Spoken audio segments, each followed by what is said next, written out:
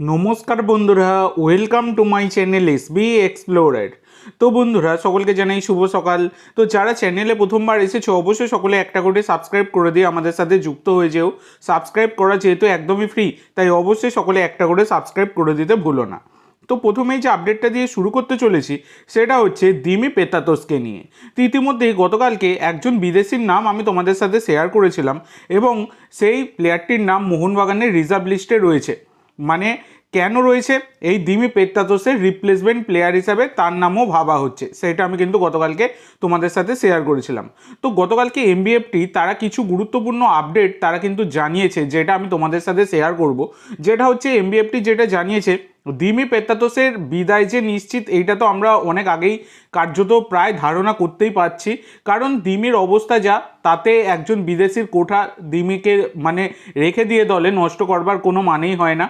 তো সেক্ষেত্রে যা শোনা যাচ্ছে যে এই যে 4টে ম্যাচ মোহনবাগানের বাকি রয়েছে, এই 4টে ম্যাচে কিন্তু দিমি পেত্তাতোসের সবুজ বেরুন জার্সিতে লাস্ট ম্যাচ হতে চলেছে, লাস্ট 4টে ম্যাচ হতে চলেছে। তারপর কিন্তু দিমি পেত্তাতোসের সাথে আর কোনো রকমের চুক্তি মোহনবাগান ম্যানেজমেন্ট বাড়াবে না, এই রকমের কিন্তু খবর পাওয়া গেছে। তো এর পরবর্তী যে আপডেটটা তোমাদের সাথে শেয়ার করব, যেটা হচ্ছে এমবিএফটি গতকালকে আর একটা খবর, গুরুত্বপূর্ণ খবর যেগুলো জানিয়েছে।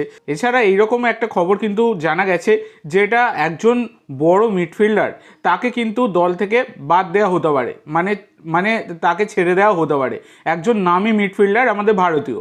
তো দেখো, আপুইয়া থাপা তাদের কিন্তু ছাড়া হবে বলে সেই রকম কিছু ধারণা নেই। তবে একজনের নাম অনুমান করা যায়, যেটা হচ্ছে দীপক টাংরি।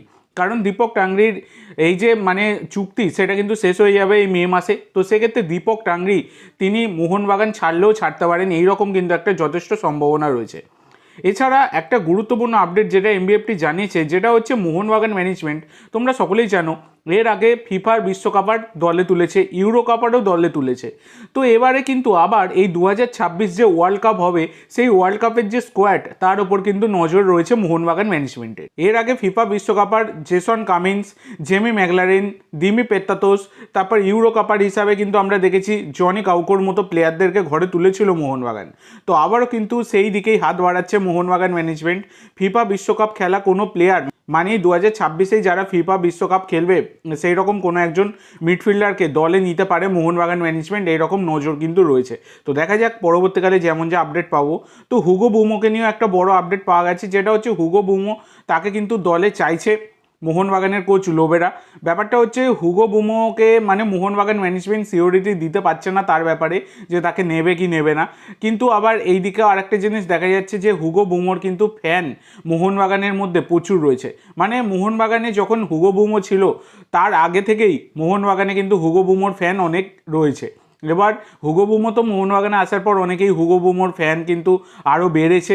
তো সেক্ষেত্রে এইগুলোর দিকেও কিন্তু চিন্তাভাবনা করছে মোহনবাগান ম্যানেজমেন্ট। এবার দেখো, ফ্যান দেখে তো আর ফুটবল হবে না, শুধুমাত্র প্লেয়ারকে তো খেলতেও হবে। তো সেক্ষেত্রে হুগো বুমোর বর্তমান পরিস্থিতি দেখে, সব কিছু দেখেই কিন্তু হুগো বুমোর ব্যাপারে কোনো রকম সিদ্ধান্ত আসবে। তো দেখা যাক কী হয়। তো আজকের জন্য এইটুকু বন্ধুরা। ভিডিওটি ভালো লাগলে অবশ্যই লাইক করো, শেয়ার করো। আমার চ্যানেলে প্রথমবার এসে থাকলে চ্যানেলটি সাবস্ক্রাইব করো, আর কমেন্ট করে জানাও ভিডিওটি কেমন লাগলো। ধন্যবাদ।